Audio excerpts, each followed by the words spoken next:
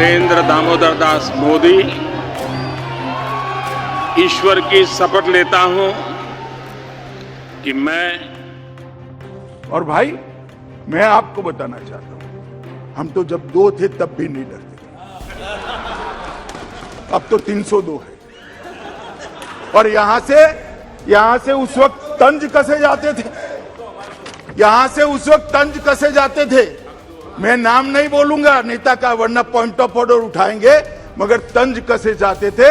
हम दो हमारे दो, उस पार्टी का आज विपक्ष के नेता का स्टेटस भी नहीं बचा। हम नहीं डरते। देश के गृह मंत्री और बीजेपी के दिग्गज नेता अमित शाह ने ये बयान अभी कुछ ही दिनों पहले उस संसद में दिया था, जिस संसद में कभी बीजेपी के 2 सांसद होने की वजह से कांग्रेस मजाक उड़ाया करती थी। मगर आज वक्त बदल गया है और अब उसी लोकसभा में बीजेपी के जहां 302 सांसद हैं, तो वहीं राज्यसभा में भी अब इतिहास में पहली बार बीजेपी 100 सांसदों वाली पार्टी बन गई, जो बता रहा है कि मोदी राज में बीजेपी किस तरह से लगातार इतिहास रच रही है। अटल बिहारी वाजपेयी और लाल कृष्ण आडवाणी ने 1980 में जिस बीजेपी की नींव रखी थी, उस बीजेपी को नरेंद्र मोदी ने आज उस मुकाम पर पहुंचा दिया, जिसके आगे देश की सबसे पुरानी पार्टी कांग्रेस भी बौनी नजर आने लगी। साल 2013 में गुजरात से निकलकर देश की राजनीति में कदम रखने वाले नरेंद्र मोदी के राज में बीजेपी ने साल 2014 में पहली बार इतिहास रचते हुए लोकसभा में प्रचंड बहुमत हासिल किया। हम सब मिल करके एक ऐसा भारत बनाएंगे जो स्वच्छ होगा, स्वस्थ होगा और स्वराज के सपने को पूरा करेगा। अकेले दम पर सरकार बनाई और इस जीत के बाद बीजेपी का जो स्वर्णिम सफर शुरू हुआ, वो आज भी लगातार जारी है।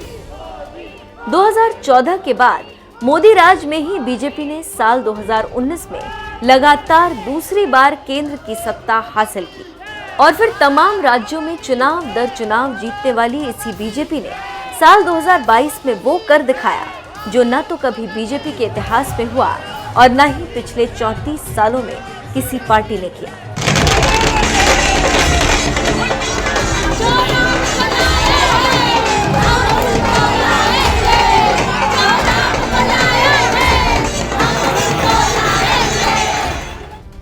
यानी पहली बार बीजेपी ने राज्यसभा में 100 सांसदों का आंकड़ा छू लिया। बीजेपी ने गुरुवार को हुए चुनाव में असम, त्रिपुरा और नागालैंड में एक-एक सीट जीतने के बाद राज्यसभा में 100 सदस्य होने की ये उपलब्धि हासिल की।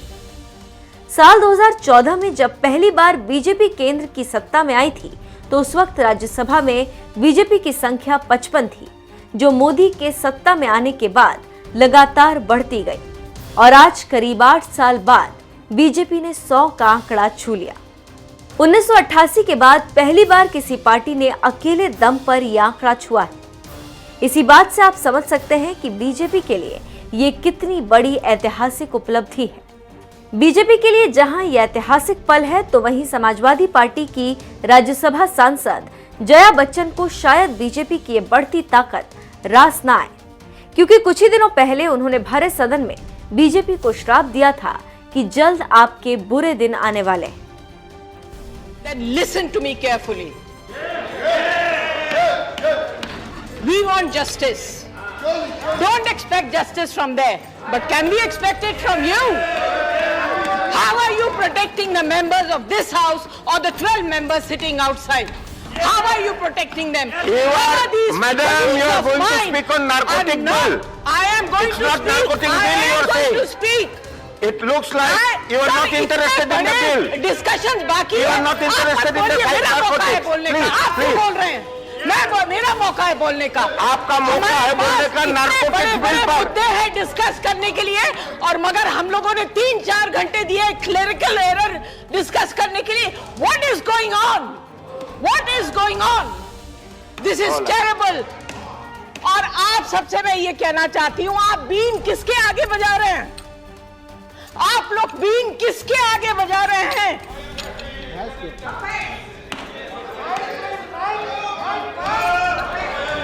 देखिए, आपके बुरे दिन बहुत जल्द आने Please वाले address the हैं। chair. अगर Honorable आपका member. रवैया इसी You are तरह honorable चलता रहा, member. Please आपके address बुरे the दिन chair. बहुत जल्दी आने वाले हैं। जया बच्चन का ये श्राप लगता है बेअसर हो गया। तभी तो इस श्राप के बाद यूपी समेत 4 राज्यों में बीजेपी ने जहां अपनी सरकार बनाई, तो वहीं दूसरी तरफ जिस राज्यसभा में जया बच्चन ने बीजेपी को ये श्राप दिया था, उसी राज्यसभा में बीजेपी ने इतिहास रच दिया और 1988 के बाद पहली बार अकेले दम पर राज्यसभा में 100 सांसदों वाली पार्टी बन गई। बहरहाल जिस तरह से मोदी राज में बीजेपी लगातार अपने स्वर्णिम सफर पर रफ्तार के साथ बढ़ रही है और एक के बाद एक इतिहास रच रही है, उस पर आपका क्या कहना है? अपनी राय हमें कमेंट कर जरूर बताएं।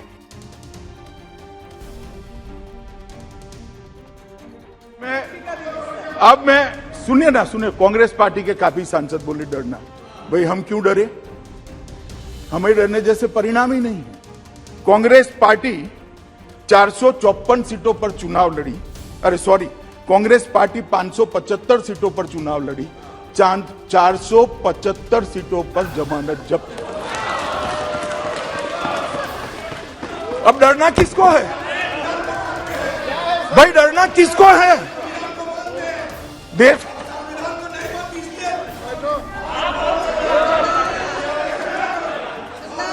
माननीय अध्यक्ष जी, भारतीय जनता पार्टी के कोई कार्यकर्ता को डरने की जरूरत नहीं है। हमने 4 राज्यों में सरकार बनाई है और हमें पूरा भरोसा है कि मोदी जी के नेतृत्व में जहां पर भी चुनाव आएगा हम निश्चित जीत कर आएंगे। हमें कोई डरने की जरूरत नहीं। और भाई मैं आपको बताना चाहता हूं, हम तो जब 2 थे तब भी नहीं डरते थे,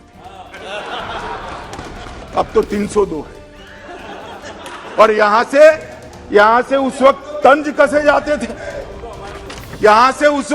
कसे जाते थे, मैं नाम नहीं बोलूंगा नेता का वरना पॉइंट ऑफ ऑर्डर उठाएंगे, मगर तंज कसे जाते थे।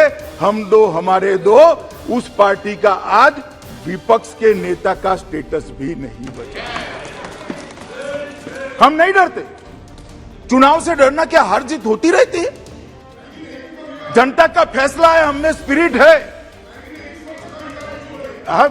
मैंने यही कहा। आप ट्रांसलेशन मिस्टर सुरेश, मैंने ये ट्रांसलेशन मोड पर रखिए। आप ट्रांसलेशन मोड पर रखिए। मैंने यही कहा है कि हम 2 थे तब भी नहीं डरते थे, आज 302 है, क्यों डरे? ना अहंकार की बात है, ना गमी का विषय है। जनता का फैसला लोकतंत्र में सबको स्वीकारना चाहिए और ये स्पिरिट भी।